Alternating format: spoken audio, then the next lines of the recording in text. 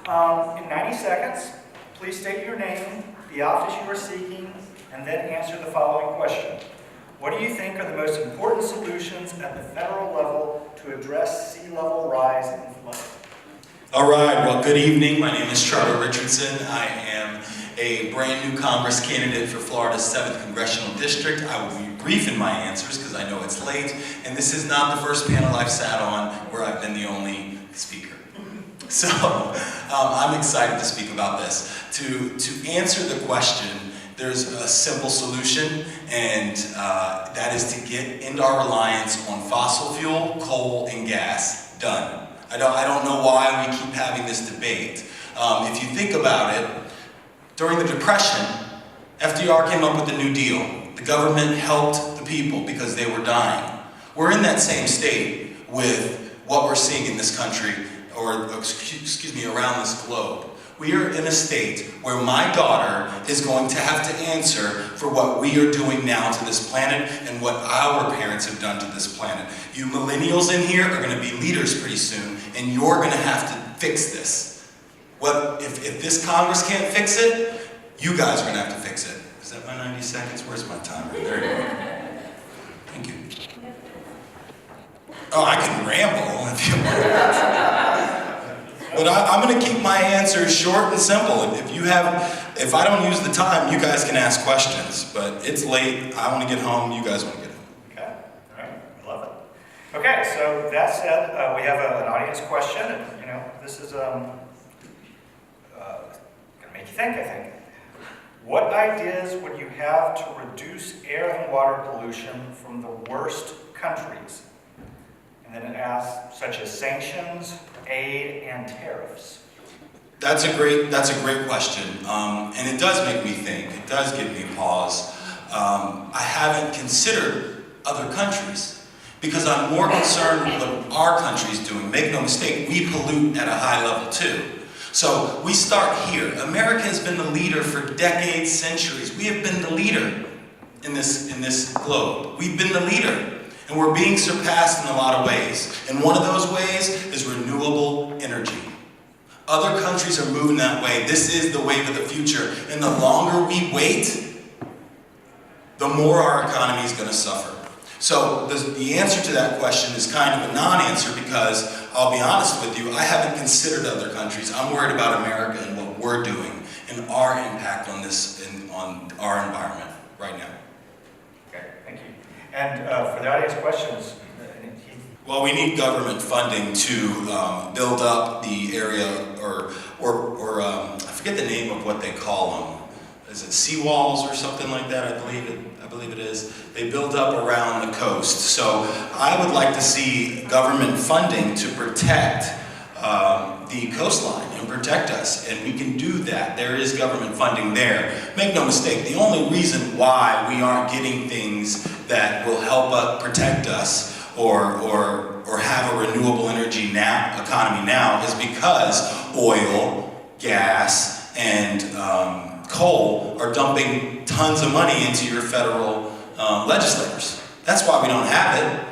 It's better for all of us. So the solution is to get the government funding to protect our coastline homes and our coast.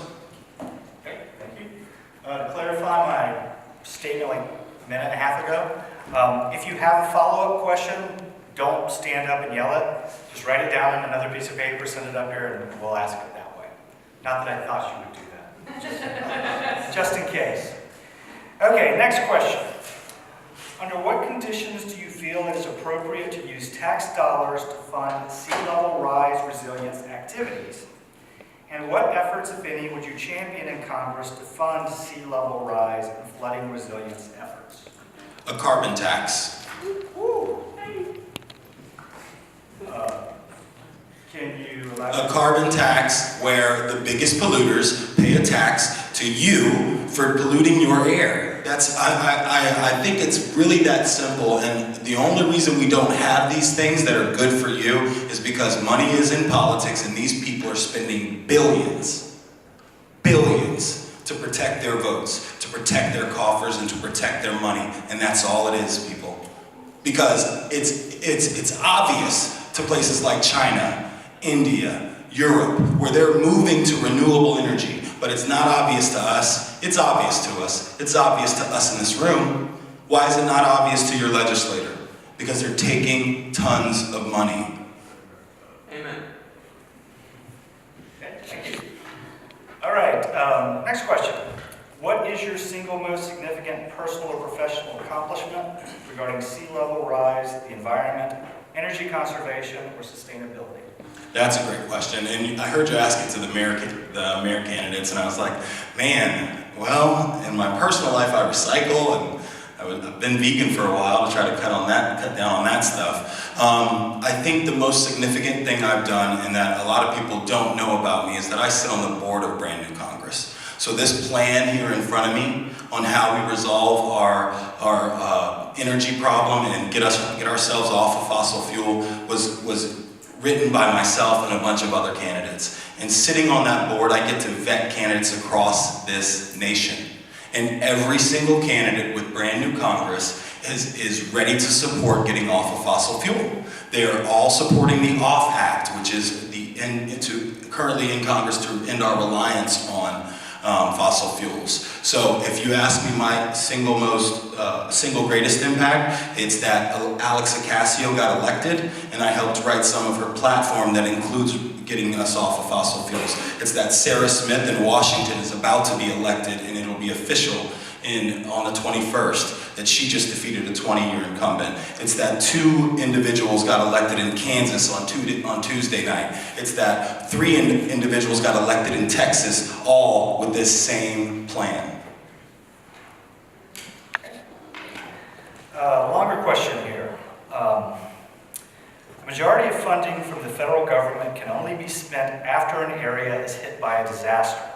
For example, FEMA spends less than 1% of its budget on pre-disaster mitigation, and the Stafford Act provides federal funding only after an area is hit. Would you want to change these policies to encourage more spending to mitigate pre-disaster, and if so, how? Absolutely. I would absolutely support that. We can't be reactionary, because reaction never works. My family, I'm born in Mississippi, born and raised in Mississippi. I lived in New Orleans for a little while, and my family's there. So when Hurricane Katrina hit, I was in the military. I was serving in the Air Force. I was stationed in New Jersey, which also has a flooding problem in Atlantic City, by the way. They face the same thing Miami faces. But I was stationed in New Jersey. I flew to Mississippi to help my family and to get them out of there. I actually flew my mother back to New Jersey and let her live with me. So reactionary policy never works. We need to be proactive, and we have to get people in Congress who are ready to do these things now, and not, oh, let's do something after Puerto Rico's out without power for months. Not then. We need to be ahead of it, so I support it completely. I'm not going to get the cowbell, am I? This is awesome. Okay, the next question, also a policy-oriented question. The National Flood Insurance Program currently blocks the ability for an organized retreat as it requires people to rebuild in the same location. How can the National Flood Insurance Program be addressed to ensure sea level rise is accounted for? Again, this is an easy one. You legislate it, because insurance companies don't make the laws. They do if they own your politician, though. And that's what they've been doing. So we need to legislate that. It needs to stop. An insurance company should not tell you that you cannot rebuild your life somewhere else. We have, in our privileges and immunities clause in our U.S. Constitution, we have equal rights in every state. So we should be able to move to any state and not have to rely on our insurance or allow our insurance to tell us you can't build there. So we're going to move back to New Orleans, where it was flooded, and rebuild there and wait for another flood. That makes no sense. Okay. We have a audience question. Given that the number of climate refugees fleeing to Florida is set to increase, what would you do to adapt Florida's migration policy to accept and aid refugees? Well, I guess I know you're going to tell me whatever it means to you. When I think refugees, I think foreign countries, and that's more of an immigration question to me. So I will try to understand it in an environmental question, as an environmental question. For me, I think that with individuals coming to the state of Florida, there needs to be a way to provide for them. Like I said when I mentioned the Privileges and Immunities Clause, we have to take in people. So if someone's fleeing, say, New Orleans, where there was a catastrophe, say, the Carolinas, where hurricanes hit there too, we have to be ready to accept them because they're Americans. Puerto Ricans that come up from Puerto Rico, they're Americans, and we have to be willing and ready to accept them.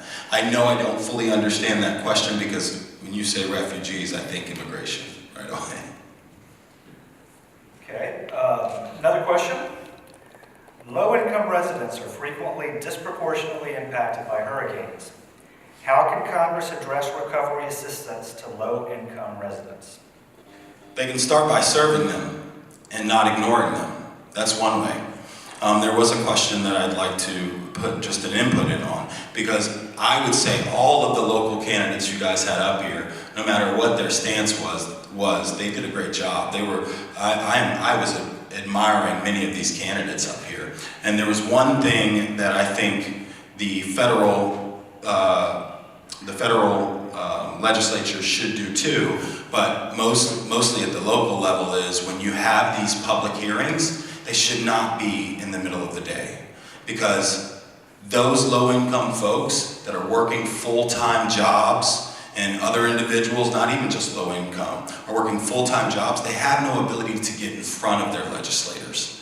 And I would like to see local legislators have public hearings after work hours. Start them at 5:30. You're a public servant. And I know for me, federally, I'm doing it now in just my congressional run, getting out in these kinds of settings and listening to people, whether 5 show up or 50, listening to the community. Great, thank you. Okay, at this point, Brian Lee, the founder of Rethink Energy Florida, will come to the stage with some concluding comments. Before he does though, please thank our panelists.